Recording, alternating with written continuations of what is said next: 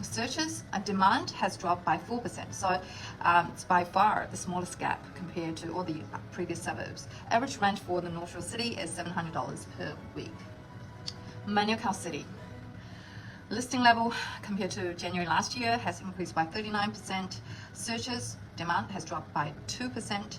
Average rent though, this is stunning because we know overall Manukau City, the property value is not as high as the rest of the Auckland, but the rent is really high at $690 per week.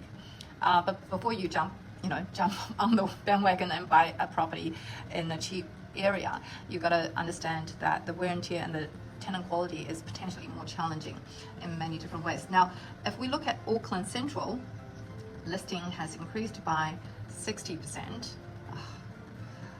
Average rent is $700 and the searches have dropped by 4%. So overall, January has been a little bit crazy. Start of the year was really slow. It was picking up by the end of January. And now, by the time of me shooting this video, it's almost end of February. February is busier than most of January. However, rents are definitely not increasing. And when it comes to properties in West Auckland, it's a little bit challenging. Not only we don't have the numbers showing up at open homes and viewings, but sometimes most of the time people don't show up, and even if they do, they apply.